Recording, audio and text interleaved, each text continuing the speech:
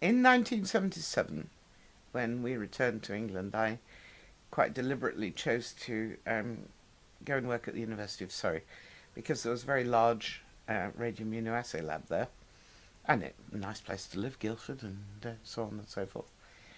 And we generated more antibodies there.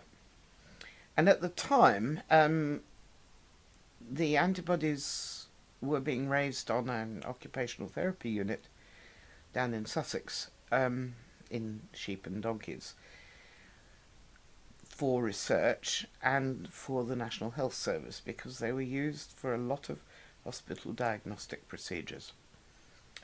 And ultimately these antibodies were sold via a company from the University of Surrey. Well, I decided that I'd quite like to sell my own antibody via a company at that time. And by then we had antibodies to melatonin itself, good ones, to the melatonin metabolite, 6-sulfathoxymelatonin, and to some other indoles like 5-methoxytryptophan, which Deborah Skeen had developed. So I formed a little overnight company called Stockgrand and proceeded to sell antibodies. I didn't do it personally, I'm afraid. I engaged somebody to do it. And then people asked us to do the actual measurements, so an assayist did the actual measurements.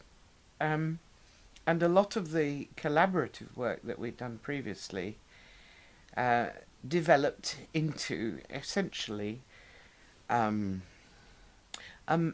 funds generating system, because we fed the funds that we made, the money that we made by doing assays and selling reagents, we fed that money back into research in different ways.